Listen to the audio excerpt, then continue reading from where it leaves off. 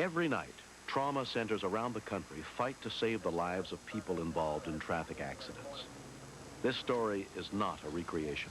It's a ride-along with paramedics from Denver General Hospital on October 15, 1989. You find yourself coming up on these scenes going, my God, how do people live through this? How does the human body take that much trauma? It really does tear at your soul. But you have to hide that in the envelope of professionalism and doing your job and getting these people to the trauma center. Denver emergency? Yeah, I just saw an accident right now. A lady looks like she's hurt pretty bad over here on Pickles in Alameda. Right on the corner? Yeah, I just seen her get smashed right now. She looks like she needs an ambulance. Okay, you're just a passerby? Yeah, just a passerby. Okay. Directly in front of it. I can see it from here. All right, we'll get an ambulance out there, sir. Denver paramedics. 2:27 a.m. A call comes in reporting a two-car accident. It'll be number 5. Okay. Thanks. Number 5, 5. code 10, Pecos and Alameda. Trip 1537 at 2:27. Auto accident, police and fire. All right. Score 11, dispatcher. Score 11. Looks like we got a trap party. I need to send the SWAT or a truck nearby. Roger, 251. 5. 5, Bring us one more code 10, and is 112 around? we're letting him know now.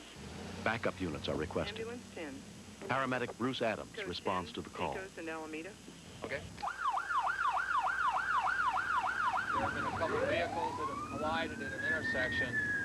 And from reports of the initial field crew, we've got 3 parties trapped inside the car. Fire department rescue squad is going to have to cut them out.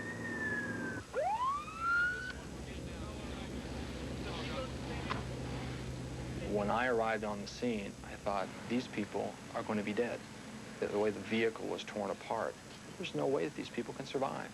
And that goes through your mind momentarily until you hear a scream or until you hear a cry for help. And then you know, you've got someone to work on, we have a chance. Passenger Carmen Martinez, trapped inside the car, watches helplessly as paramedics attend to her daughter, Tina. Tina is taken to another hospital suffering from cuts, a fractured cheekbone, and internal injuries. The vehicle had been put through such tremendous force that the doors wouldn't open. We had to make openings in the car to extricate the individuals. We wiggled inside the wreckage and were able to assess her level of consciousness, the vital signs. Let me have your arm, ma'am. Watch your eyes. Needle coming out your eyes. Now take a line. Anytime anyone's trapped, we lose precious time. We're cutting this woman's chances of survival by having to cut her out of this car. I want that car apart now. Firefighter Joe Cipri operates the jaws of life. They hear a lot of noise. It's terrifying, and the lady was screaming, "Let me out, let me out." You got to block all that out and just kind of concentrate on your job.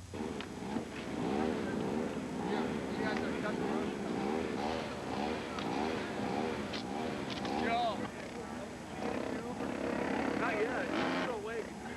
Okay. Yeah. Cut that bad boy off.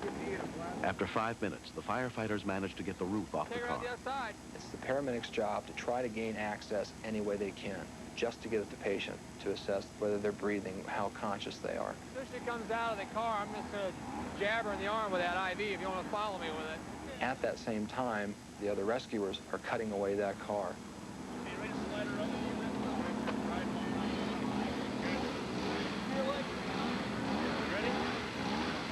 Okay, somebody take the end of the backboard there.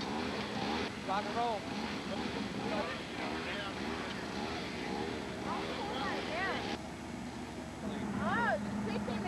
Yes, ma'am, you're right. I am sticking you. The victim must feel like they're in a completely different world. Because here you are, injured, you have people around you, you can hear screaming. You must really feel like it's the end of the world. Where's my daughter? She's already at the hospital. How in the hell was I in the park fence? I don't know. No, wait. Where am I at? What's your name? Carmen, Carmen, don't move. don't do that to me, please. If you've broken your neck, sweetheart, and you keep moving around, you're not going to be able to walk again. You're going to feel a poke in your neck. Lay still. Why, what's wrong? Starting another IV on you. Why, what's wrong with me? You're in a serious car crash. What's this supposed to do to me? This is in case you're bleeding inside. Doing some drinking, it looks like? Yeah. Kind of. Where am I at? You're at Denver General. Why? Because you were in a serious What the car hell crash happened? tonight. You were in a car crash tonight, a big one. It's important that you lay still, hon. Please, let me go. They arrive at Denver General within 6 minutes. On duty in the emergency room is Dr. John Marks. Any pain in your chest?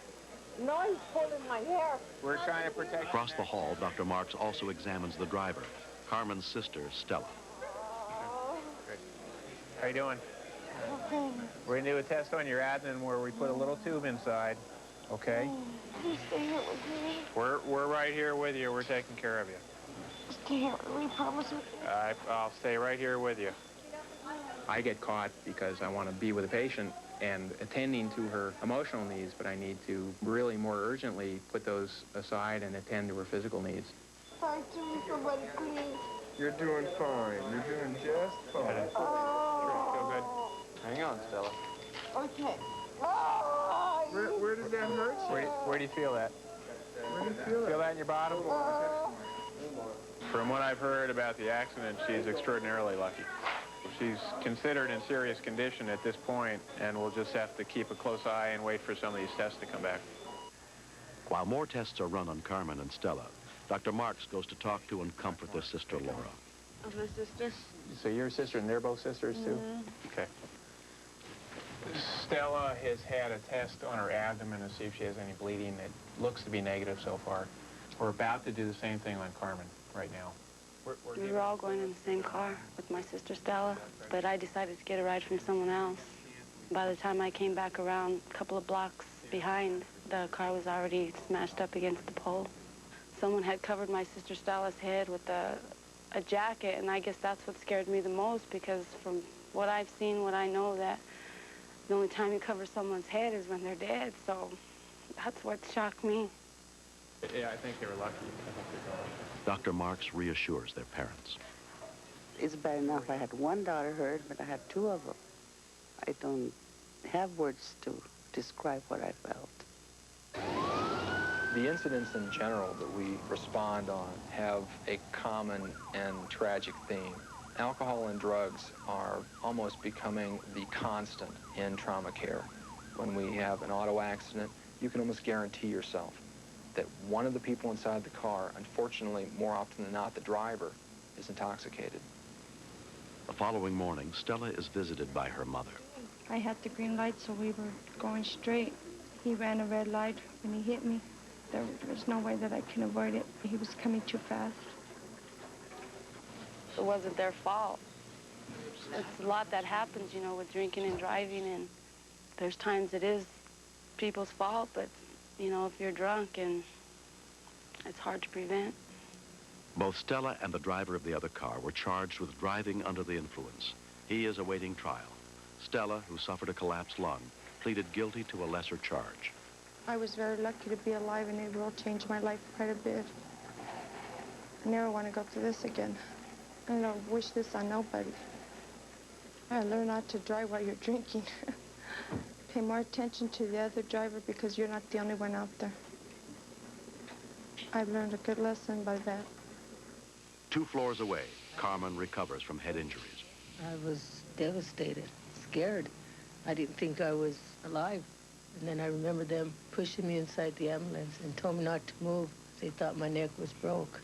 She knows me, huh? It doesn't pay to drink and drive. It just, you don't know if you're going to make it or not.